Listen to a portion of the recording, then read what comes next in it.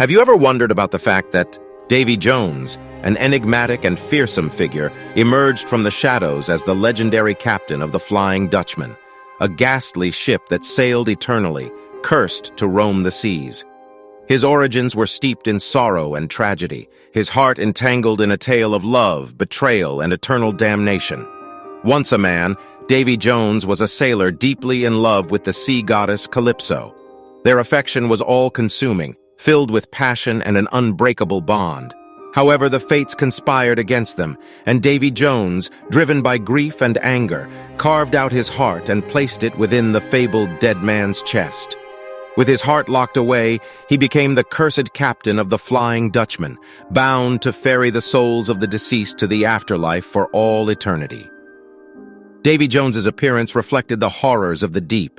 His face bore the gruesome countenance of a barnacle-covered creature, and his once human form had become entwined with the twisted tendrils of the sea itself. His lower body transformed into a grotesque mass of tentacles, each moving with an eerie grace, mirroring the undulating waves of the ocean. Yet beneath his fearsome exterior, Davy Jones carried a weighty burden. He was a man tormented by regret and remorse, a victim of his own choices. His heart, locked away in the chest, had become a source of immense power, one that could control the very tides and the souls of men. It was a cruel irony that the very thing he sought to protect had become his greatest prison. Throughout the Pirates of the Caribbean saga, Davy Jones played a pivotal role, alternately an antagonist and a tragic figure.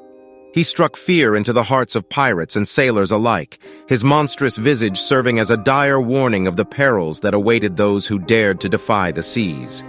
His presence commanded respect, for he held dominion over the unforgiving ocean itself. But Davy Jones's tale was not solely one of doom and despair.